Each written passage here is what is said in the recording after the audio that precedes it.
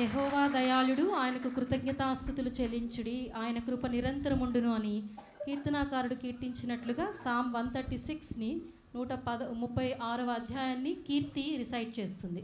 అలాగే Lamentations 3rd chapter విలాప వాక్యములు 3వ అధ్యాయం అంతా కూడా. అందరికీ ప్రైజ్ ది లార్డ్. నా పేరు కీర్తి. కీర్తనలు 136వ అధ్యాయము. యెహోవా దయాళుడు, ఆయనకి కృతజ్ఞతాస్తుతులు చెల్లించుడి, ఆయన కృప నిరంతరముండును. దేవదేవునికి కృతజ్ఞతాస్తుతులు చెల్లించుడి, ఆయన కృప నిరంతరముండును. ప్రభువుల ప్రభునకు కృతజ్ఞతాస్తుతులు చెల్లించుడి, ఆయన కృప నిరంతరము ఉండును. ఆయన ఒక్కడే మహాశ్చర్య కార్యములు చేయువాడు, ఆయన కృప నిరంతరము ఉండును. తన జ్ఞానము చేత ఆయన ఆకాశమును కలుగజేసెను, ఆయన కృప నిరంతరము ఉండును. ఆయన భూమిని నీళ్ళ మీద పరిచినవాడు, ఆయన కృప నిరంతరము ఉండును. ఆయన గొప్ప జ్యోతులను నిర్మించిన వాడు, ఆయన కృప నిరంతరం ఉండును. పగటి నేలుటకు ఆయన సూర్యుని చేసెను, ఆయన కృప నిరంతరం ఉండును. రాత్రి నేలుటకు ఆయన చంద్ర నక్షత్రములను చేసెను, ఆయన కృప నిరంతరము ఉండును. ఐగుప్తు దేశపు తొలిచూలులను ఆయన హతము చేసెను, ఆయన కృప నిరంతరము ఉండును. వారి మధ్య నుండి ఇజ్రాయేలులను ఆయన రప్పించెను, ఆయన కృప నిరంతరము ఉండును. చేయి చాచి తన బాహుబలము చేత వారిని రప్పించెను, ఆయన కృప నిరంతరము ఉండును. ఎర్ర సముద్రమును ఆయన పాయలుగా చీల్చెను, ఆయన కృప నిరంతరము ఉండును. ఇజ్రాయేలీయులను దాని నడుమ దాటిపోజేసెను, ఆయన కృప నిరంతరము ఉండును. ఫరోను అతని సైన్యమును ఎర్ర సముద్రములో ఆయన ముంచివేసెను, ఆయన కృప నిరంతరము ఉండును. అరణ్య మార్గమున ఆయన తన ప్రజలను తోడుకొని వచ్చెను, ఆయన కృప నిరంతరము ఉండును. గొప్ప రాజులను ఆయన హతము చేసెను, ఆయన కృప నిరంతరము ఉండును. ప్రసిద్ధి నొందిన రాజులను ఆయన హతము చేసెను, ఆయన కృప నిరంతరము ఉండును.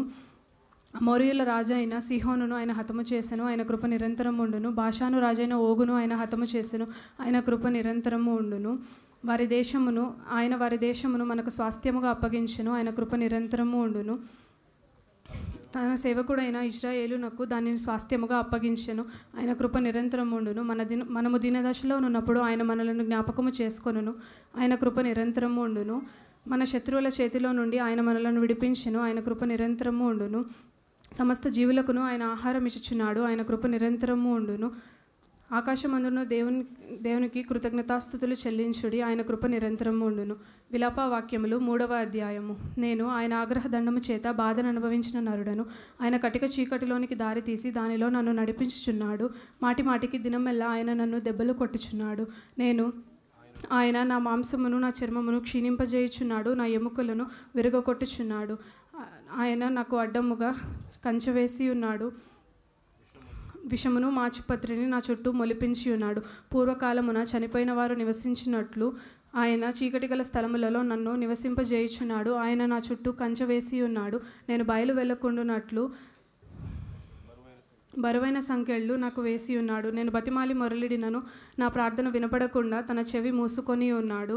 ఆయన నా మార్గములకు అడ్డముగా చెకుడురాళ్ళు కట్టి ఉన్నాడు. నేను పోజాలకుండా నా త్రోవలను కట్టివేసి ఉన్నాడు. నా ప్రాణమునకు ఆయన పొంచి ఉన్న ఎలుగుబంటి వలె ఉన్నాడు. చాటైన చోటులలో నుండి సింహము వలె ఉన్నాడు. నాకు త్రోవ లేకుండా చేసి నా యవములను విడతీసి ఉన్నాడు. నాకు దిక్కు లేకుండా చేసి ఉన్నాడు. విల్లు ఎక్కుపెట్టి బాణమునకు గురిగా ఆయన నన్ను నిలువబెట్టి ఉన్నాడు. తన అంబుల పొదిలోని బాణములన్నీ నా అంతరముల గుండా దూసిపోజేశాను. నా వారికి అందరికీ నేను అపహాస్యాస్పదముగా ఉన్నాను. దినమెల్లా వారు పాడునటి పాటలకు నేను ఆస్పదమైతిని. చేదు వస్తువులను ఆయన నాకు తినిపించెను. మాచిపత్రి ద్రావకము చేత నన్ను మత్తునిగా చేసెను. రాళ్ల చేత నా పండ్లు ఊడగొట్టెను. బుగ్గిలో నన్ను పొర్లించెను. నెమ్మదికిని నాకును ఆయన బహుదూరము చేసి ఉన్నాడు. మేలు ఎట్టిదో నేను మరచి ఉన్నాను. నాకు బలముడిగాను అనుకొంటిని, యెహోవా యందు నాకు ఇక ఆశలు లేవనుకొంటిని. నా శ్రమను నా దురవస్థను నేను త్రాగిన మాచిపత్రి చేదును జ్ఞాపకము చేసుకొనుము. ఎడతెగక నా ఆత్మ వాటిని జ్ఞాపకము చేసుకొని నాలో కృంగి ఉన్నది. అది నీకు ఇంకను జ్ఞాపకం ఉన్నది కదా. నేను దీన్ని జ్ఞాపకము చేసుకొనగా నాకు ఆశ పుట్టుచున్నది. యెహోవా కృపగలవాడు, ఆయన వాత్సల్యత ఎడతెగక నిలుచున్నది గనుక మనము నిర్మూలము కాకున్న వారము. అనుదినము నూతనముగా ఆయనకు వాత్సల్యత పుట్టుచున్నది. నీవు ఎంతైనా నమ్మదగిన వాడవు. యెహోవా నా భాగమని నేను అనుకొనుచున్నాను. ఆయన యందు నా నమ్మిక ఉంచుకొనుచున్నాను. తను ఆశ్రయించు వారి తట్టు యెహోవా దయాళుడు, తను వెదకు వారి తట్టు ఆయన దయచూపువాడు. నరులు ఆశ కలిగి యెహోవా అనుగ్రహించు రక్షణ కొరకు ఓపికతో కనిపెట్టడం మంచిది. యవన కాలమున కాడిమోయుట నరునికి మేలు. అతని మీద దానిని మోపినవాడు యెహోవాయే గనుక అతడు ఒంటరిగా కూర్చుండి మౌనముగా నుండవలెను. నిరీక్షణాధారము కలుగునేమో అని అతడు బూడిదలో మూతి పెట్టుకొనవలెను. అతడు తన కొంటువాడిని తట్టు తన చెంపను త్రిప్పవలెను. అతడు నిందతో నింపబడవలెను. ప్రభువు సర్వకాలము విడనాడడు. ఆయన బాధపెట్టినను తన కృపా సమృద్ధిని బట్టి జాలిపడును. హృదయపూర్వకముగా ఆయన నరులకు విచారమునైనను బాధనైనను కలుగ చేయడు. దేశమునందు చెరపట్టబడిన వారిని అందరినీ కాళ్ళ క్రింద త్రొక్కుటయు, మహోన్నతుని సన్నిధిని నరులకు న్యాయము తొలగించుటయు, ఒకరితో వ్యాజ్యమాడి వానిని పాడు చేయుటయు ప్రభు మెచ్చు కార్యములు కాదు. ప్రభు సెలవు లేనిదే మాట ఇచ్చి నెరవేర్చగలవాడు ఎవడు? మహోన్నతుడైన దేవుని నోటి నుండి కీడును మేలును బయలువెలును కదా. సజీవులు ఏల మూలుగుదురు, నరులు తమ పాపశిక్షను బట్టి ఏల మూలుగుదురు. మన మార్గములను పరిశోధించి తెలుసుకొని మనము యెహోవా తట్టు తిరుగుదుము. ఆకాశమందున్న దేవుని తట్టు మన హృదయమును మన చేతులను ఎత్తుకొందుము. మేము తిరుగుబాటు చేసిన వారము, ద్రోహులము, నీవు మమ్మను క్షమింపలేదు. కోపము ధరించిన వాడవై నీవు మమ్మను తరుముచున్నావు, దయతలచక మమ్మను చంపుచున్నావు. మా ప్రార్థన వినపడకుండా మా ప్రార్థన నీ యొద్ద చేరకుండా నీవు మేఘము చేత నిన్ను కప్పుకొని ఉన్నావు. జనముల మధ్య మమ్మను మస్టుగాను చెత్తగాను పెట్టి ఉన్నావు.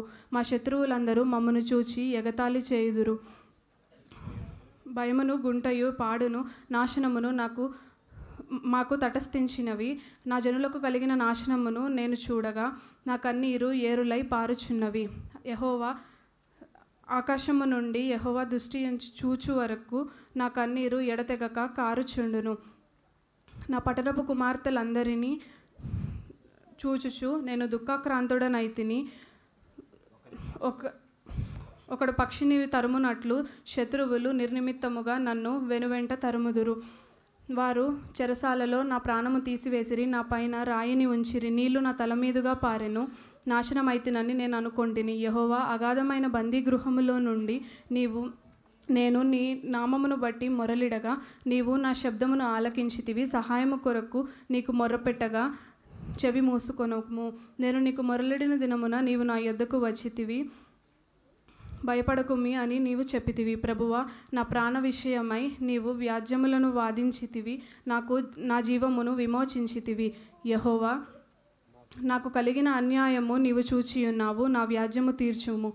పగ తీర్చుకొనవలనని వారు నా మీద చేయు ఆలోచనలన్నీ నీవెరుగుదువు. యెహోవా, వారి దూషణయు వారు నా మీద చేయు ఆలోచనలన్నిటినీ నా మీదికి లేచిన వారు పలుకు మాటలను దినమెల్లా వారు నా మీద చేయు ఆలోచనలన్నీ నీవు వినియున్నావు. వారు కూర్చుండుటయు వారు లేచుటయు నీవు కనిపెట్టుము. నేను వారి పాటలకు ఆస్పదమైతిని. యెహోవా, వారి చేతి క్రియను బట్టి నీవు వారికి ప్రతీకారము చేయుదువు. వారికి హృదయ కాఠిన్యమునిత్తువు, వారిని శపించుదువు. నీవు కోపావేశుడువై వారిని తరిమి యెహోవా యొక్క ఆకాశము క్రింద నుండకుండా వారిని నశింపజేయుదువు.